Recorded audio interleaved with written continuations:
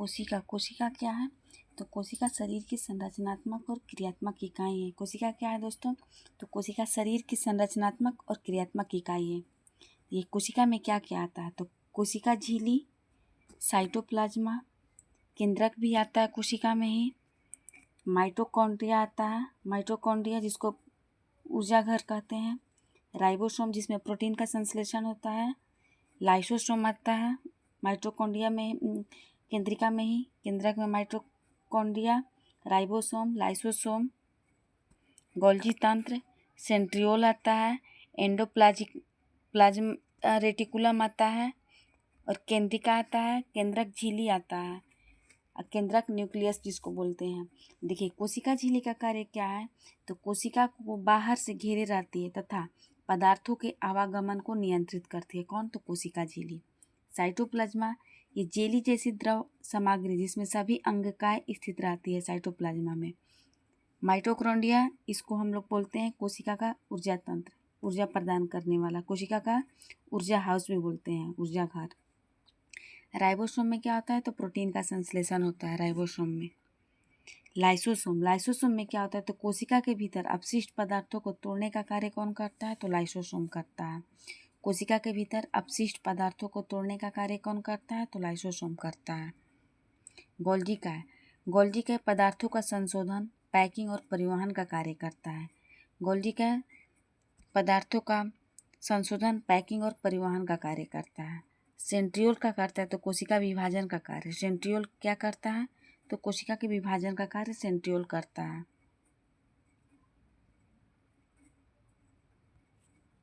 अब आते हैं हम लोग एंडोप्लाज्मिक रेटिकुलम पर, ईयर जिसको बोलते हैं, रफ ईयर। राइबोसोम युक्त प्रोटीन के परिवहन में सहायक होता है।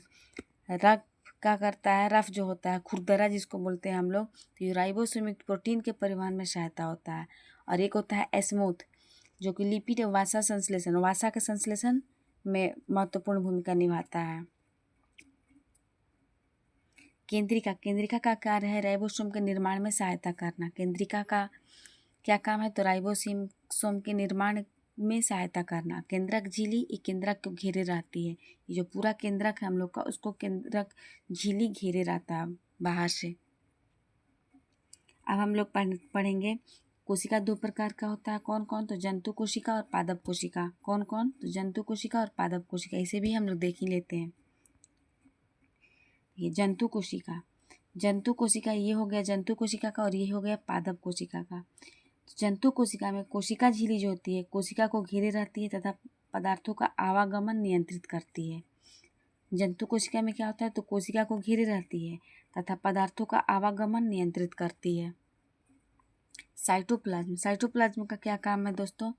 तो साइटोप्लाज्म जो है ये जेली जैसा होता है, जैसे द्रव भाग जिसमें सभी अंगकाएं स्थित होती है, जेली के समान होता है। कोशिका का केंद्रक, कोशिका का नियंत्रण केंद्रक जिसमें डीएनए पाया जाता है। कोशिका का केंद्रक कोशिका का नियंत्रण करता है और इसमें डीएनए पाया जाता है। नाभिकिका, जो राइबोसोम बनाने में निर्माण सहायता करता है, राइबोसोम को बनाने में न्यूक्लियोस सहायता करता है।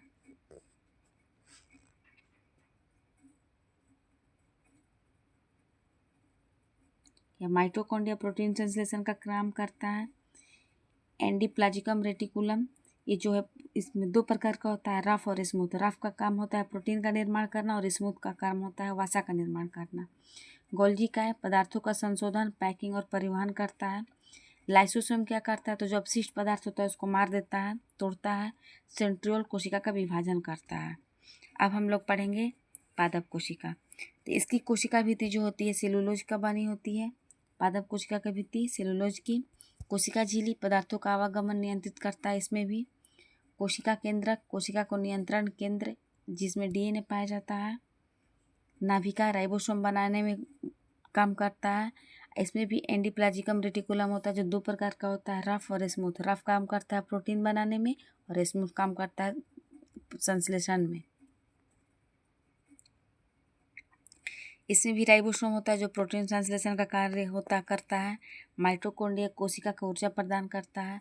अब प्लाज्मोडेस्म कोशिका भित्ति में सूक्ष्म छिद्र जो पड़ोसी कोशिकाओं को तोड़ता है। देखिए देखिए जंतु कोशिका और पादप कोशिका में अंतर।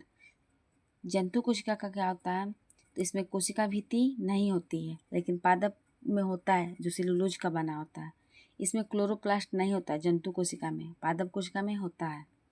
रसिका छोटा होता है, जिसमें जल भरा होता है। रसिका जिसमें छोटा होता है जंतु कोशिका में, और रसधानी जिसको बोलते हैं हम लोग, और पादप कोशिका में बड़ा होता है। आकार इसका क्या होता है, अनियमित होता है, अपरिवर्तित जंतु कोशिका का। लेकिन यही पूछे कि पादप कोशिका का, तो आयताकार और बहुभुजीय होता है।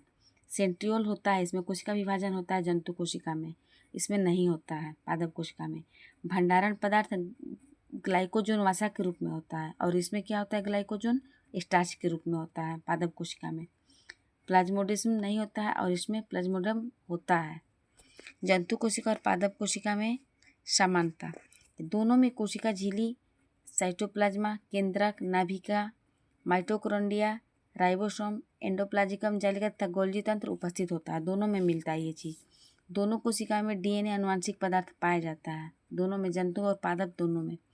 दोनों कोशिकाओं में प्रोटीन संश्लेषण, ऊर्जा उत्पादन आदि जीवन क्रियाएं होती है दोनों में।